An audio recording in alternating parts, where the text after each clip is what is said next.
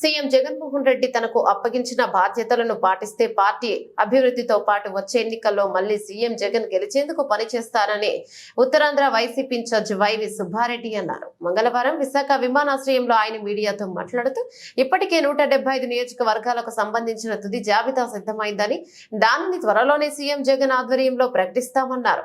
అభివృద్ధి సంక్షేమం అందాలంటే సీఎంగా జగన్ మళ్లీ అధికారంలోకి రావాలన్నారు. ఏ పదవైనా ముఖ్యమంత్రి జగన్మోహన్ రెడ్డి గారు అప్పచెప్పిన బాధ్యతలను నిర్వర్తించడమే నా బాధ్యత.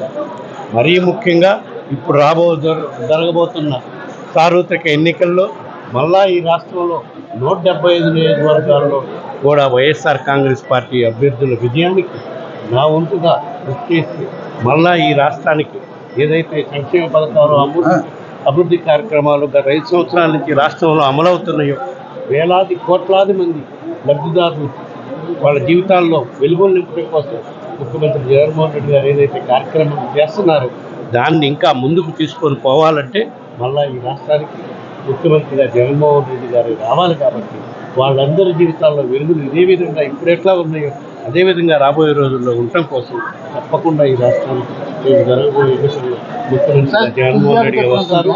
దానికి మేము తప్పకుండా కృషి చేస్తాం. అదేవిధంగా ఎలక్షన్ తర్వాత రాష్ట్ర సమస్యలపై రాష్ట్రానికి అభివృద్ధి కార్యక్రమాలను ఏ విధంగా అయితే ముందుకు తీసుకుపోతున్నారో దానికి ఇంకా కేంద్ర ప్రభుత్వం సహకారము తోడ్పాటు ఉండే విధంగా అన్ని చర్యలు తీసుకుంటాం. దానికి మేము రాజ్యసభ సభ్యులు కానివ్వండి, పార్లమెంటు సభ్యులు కానివ్వండి తప్పకుండా రాజ్యసభలో లోక్సభలో మన రాష్ట్రానికి అందించిన అన్ని కార్యక్రమాలను త్వరితగతిన జరిగేటట్టు కేంద్ర ప్రభుత్వంతో సహకారం తీసుకొని ముందుకు పోతామని చెప్పి